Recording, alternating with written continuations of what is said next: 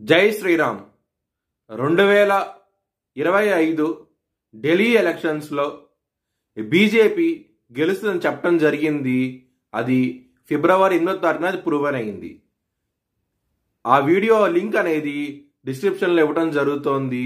అది నిజమా కాదా అనుకుంటే కనుక మీరు ఆ వీడియో లింక్ ఓపెన్ చేసి చూడండి. 2022 నుంచి 2025 ఫిబ్రవరి వరకు మొత్తం 16 ప్రెడిక్షన్స్ అనేవి ప్రూవన్ అయ్యాయి. దానికి సంబంధించిన వీడియో లింక్స్ అనేవి కింద డిస్క్రిప్షన్లో ఇవ్వడం జరుగుతోంది. కన్యారాశికి అధిపతి బుధుడు. కన్యారాశిలో హస్త 4 పాదాలు, ఉత్తర 2, 3, 4 పాదాలు, చిత్త 1, 2 పాదాలు ఉంటాయి. ఈ నక్షత్రం వాళ్ళందరికీ నేను చెప్పే వార ఫలితాలు వర్తిస్తాయి. ఈ వారంలో లగ్నాధిపతి అయిన బుధుడు 7వ స్థానంలో నీచబడి ఉన్నారు. బలం తక్కువగా ఉన్నది. మ్యారేజ్ పరంగా మాత్రం ఇబ్బందికరంగా ఉండబోతోంది. జాగ్రత్త అంటూ ఎక్కువ తీసుకోండి. 6వ స్థానం అధిపతి అయిన శని 7వ స్థానంలో ఉన్నారు. శత్రువులు అధికంగా ఉండే అవకాశం ఎక్కువగా ఉన్నది. ఈ వారంలో కొంచెం జాగ్రత్తగా ఉండండి. రాహు కూడా ఉన్నారు కాబట్టి కొంచెం ఇబ్బందికరంగా ఉండబోతోంది.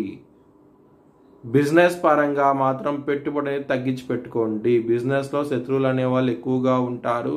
బిజినెస్లో నష్టాలు వచ్చే అవకాశం ఎక్కువగా ఉన్నది కాబట్టి మీరు విష్ణు సహస్రం పారాయణం చేస్తే కనుక చాలా మంచి ఫలితాలంటూ ఉంటాయి.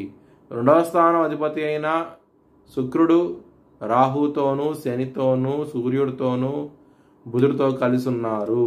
కుటుంబ పరంగా మాత్రం ముఖ్యంగా 3వ వ్యక్తి మూలంగా గొడవలు అయ్యే అవకాశాలు ఎక్కువగా ఉన్నాయి. కొంచెం జాగ్రత్తగా ఉండండి.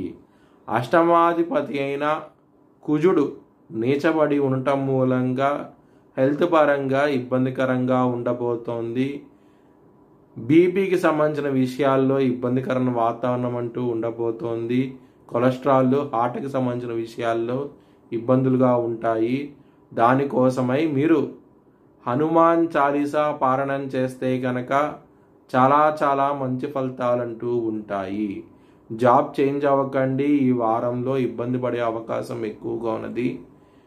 కొంచెం గ్రోత్ అనేది తక్కువగా ఉంటుంది. ఈ వారంలో కొంచెం జాగ్రత్త అంటూ ఎక్కువ తీసుకోండి. ఎవరైనా సరే విదేశాలకు వెళ్ళాలనుకుంటే కనుక ఈ వారం అస్సలు అనుకూలంగా లేదు. మీకు ఇబ్బంది పడే అవకాశం ఎక్కువగా ఉన్నది. మీ భవిష్యత్ వివరాల కోసమై HLN జ్యోతిష్యాలయాన్ని సంప్రదించండి.